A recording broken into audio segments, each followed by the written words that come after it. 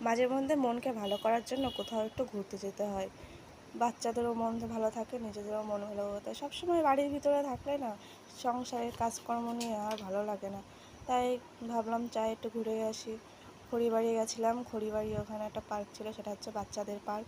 সেখানে গিয়ে মাম্মাম তো খুব আনন্দ করছিল, শুধু নিজের মতো করে নিজে ঘুরে বেড়াচ্ছে, কারোর কোলে উঠবে না, নিজেকে ছেড়ে দিতে হবে, ও নিজের মতো করে ঘুরে বেড়াবে। ওর নানিমাকে নিয়ে ও দোলনা চড়ছিল। ওর নানিমার কাছে দিয়ে আমি একটু ফ্রি হলাম। অনেক দিন নিজের জন্য একটু ফ্রি হওয়া খুবই দরকার। ফ্রি হয়ে একটু নিজেও একটু ঘুরলাম, মনটা ভালো করলাম। বেশ ভালোই লাগে ঘুরতে। ওদিকে ওর নানিমা ওর মামা নিয়ে দৌড়দৌড়ি করছে ওকে নিয়ে।